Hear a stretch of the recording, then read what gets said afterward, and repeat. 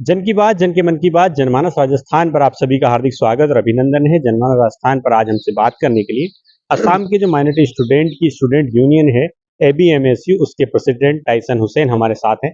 असम का क्या मुद्दा है, क्यों इतना विरोध प्रदर्शन हो रहा है, क्या पूरा मामला है, इस पर हम आपसे बात करेंगे। आपका जनमानस पर बहुत बहुत स्वागत है। बहुत बहुत शुक्रिया।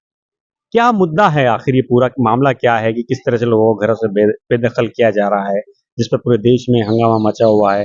कॉन्स्टिट्यूशन क्लब में भी आज आप लोगों ने प्रेस कॉन्फ्रेंस की है, उससे पहले प्रेस क्लब ऑफ इंडिया में भी की थी। ये पूरा मामला क्या है, आसान शब्दों में हमारे दर्शकों को बताएं। आसान शब्दों में आज हम लोग यही बात बताना चाहते हैं कि असम में अभी जो सीएम है ऑनरेबल हिमंता बिस्वा शर्मा जी के नेतृत्व में असम में जो भी 1.5 करोड़ मुसलमान रह रहे हैं, उनका जो कॉन्स्टिट्यूशनल गारंटेड जो अधिकार है, वो अधिकार एक एक करके उन लोगों का वायलेट किया जा रहा है। मुद्दा यही है। इस देश का नागरिक है जी, इस देश में पैदा हुए, उसको आप पकड़ के बोल रहे हैं कि you are Bangladeshi and Himanta Biswa Sarma is throwing out Indian citizens into the no man's land between India and Bangladesh border like garbage. तो मतलब कैसे कूड़ा फेंकते हैं, मतलब मुसलमान को पकड़ के जैसे कूड़ा फेंकते हैं, दूसरों के घर में से कूड़ा फेंकना है। अच्छा, जो आप तो अभी अभी वही बात मैं बोल रहा हूँ कि मुद्दा क्यों इतना गर्म है, क्योंकि यहाँ पे बेहतर है कि आज सालों से असम में रिवर जो इरोशन है, जो नदी का कटाव है ब्रह्मपुत्र का, और उसका जो मतलब ब्रह्मपुत्र का जो भी ट्रिब्यूटरीज है, उनमें से पिछले 77 सालों में 432 विलेजेस वहां पे मतलब जा चुके, नदी में जा चुके। तो उसमें जो लोग रहते थे वो तो पानी में नहीं गए हुए होंगे, वो अपना जमीन नदी में जाने के बाद कुछ मतलब सरकारी जमीन में रह रहे थे। और बीइंग ए डेमोक्रेटिक क्रांति, इंडियन कॉन्स्टिट्यूशन ने जिसके पास जमीन नहीं है, जिसके पास घर नहीं है, उसका घर जमीन का बंदोबस्त करने का जो भी जिम्मेदारी सरकार को दिया है, ये कॉन्स्टिट्यूशन ऑफ इंडिया ने ये कहा है।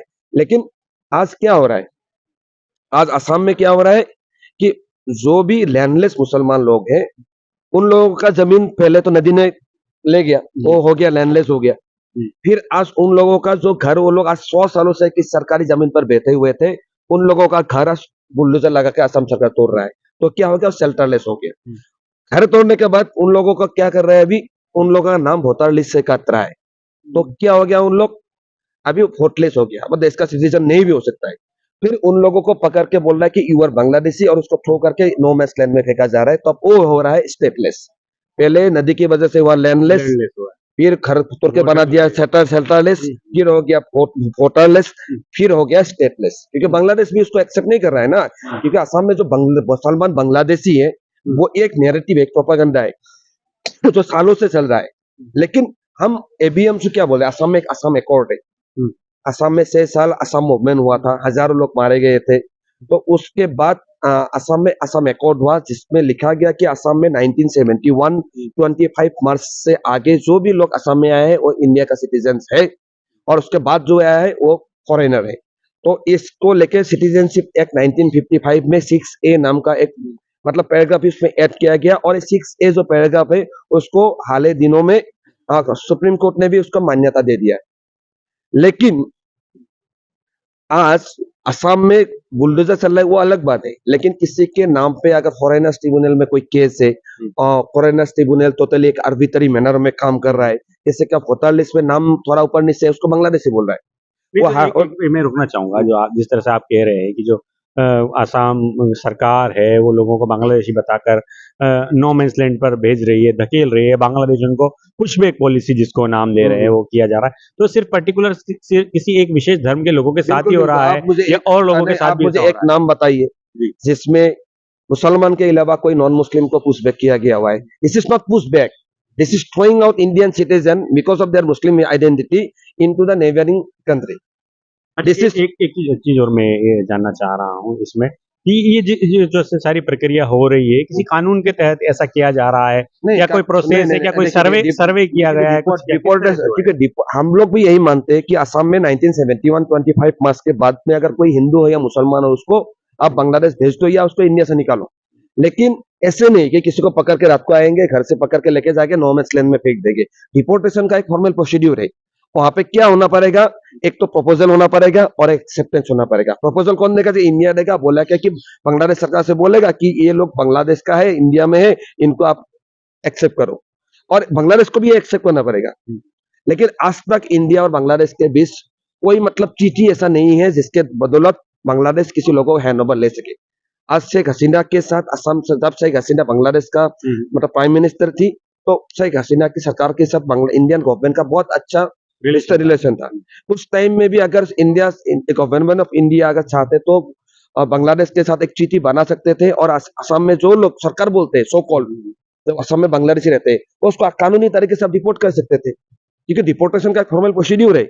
उसमें hockey ministry of home affairs, external affairs involve होना पड़ेगा, लेकिन ये सब कुछ इन्वॉल्व नहीं है। ये बिल्कुल कानूनी तरीके नहीं हो रहा है। इसीलिए ये जो पुशबैक का, जो सो कॉल्ड पुशबैक का मामला है, हम एबीएमसी ने गुवाहाटी हाईकोर्ट में उसको चैलेंज करके हम पीएल फाइल किया है, और उसके हिसाब से हमारा कानूनी लड़ाई गुवाहाटी हाईकोर्ट में जारी है। अच्छा, अब तक गवर्नमेंट ने ऐसे कितने लोगों के घर तोड़ दिए हैं? ऐसा कोई रिकॉर्ड है कितने लोगों के घर तोड़े गए हैं, या कितने लोगों को बांग्लादेश भेज दिया गया है, कि अब तक कितने लोगों को बांग्लादेशी बताया गया है? देखिए, असम में पिछले ऑलमोस्ट 2 महीने में ग्वालपारा के हसीला बिल में 690 मुस्लिम फैमिलीज, नलबारी डिस्ट्रिक्ट में 93 मुस्लिम फैमिलीज, धुबरी में 1400 मुस्लिम फैमिलीज, लखीमपुर में 220 मुस्लिम फैमिलीज, ग्वालपारा पाइकन में 1080 मुस्लिम फैमिलीज, गोलाघाट के उरियम घाट में 1500 मुस्लिम फैमिलीज, गोलाघाट के नाम्बर में 350 मुस्लिम फैमिली, वो लखीमपुर के नावबसा में 114 मुस्लिम फैमिलीज, गोलाघाट के नेगरीबिल में 146 मुस्लिम फैमिलीज। उसके बाद भी विश्वनाथ हो जाए and again in Goalpara we are counting and counting and counting. ये तो ऑलमोस्ट चला गया 6000 फैमिलीज को पिछले 2 महीनों में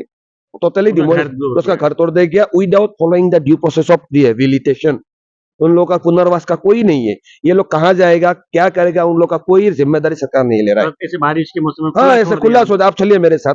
लेकिन आप लोग जब भी बाहर से कोई डेमोक्रेटिक लोग आते हैं कि उन लोग का हालत क्या है जानने के लिए, तो सरकार क्या करता है, वहां पे धारा 144 जारी कर देता है, उसमें जाने के लिए रोका जाता है, ताकि लोगों से बात नहीं आ पाए। अब आपकी क्या डिमांड है, क्या आपकी मांग है? हम यही बात डिमांड यहाँ से रखते हैं कि असम में 1971 25 मार्च से पहले जो भी लोग असम में हैं, उन लोगों का जो भी कॉन्स्टिट्यूशनल राइट्स है वो 100% प्रोटेक्टेड होना चाहिए। Article 15, article 14, article 19, article 21, article 25, 26, जितना भी मुसलमान लोगों का मतलब कॉन्स्टिट्यूशनल गारंटेड जो भी हक है वो 100% सिक्योर होना चाहिए।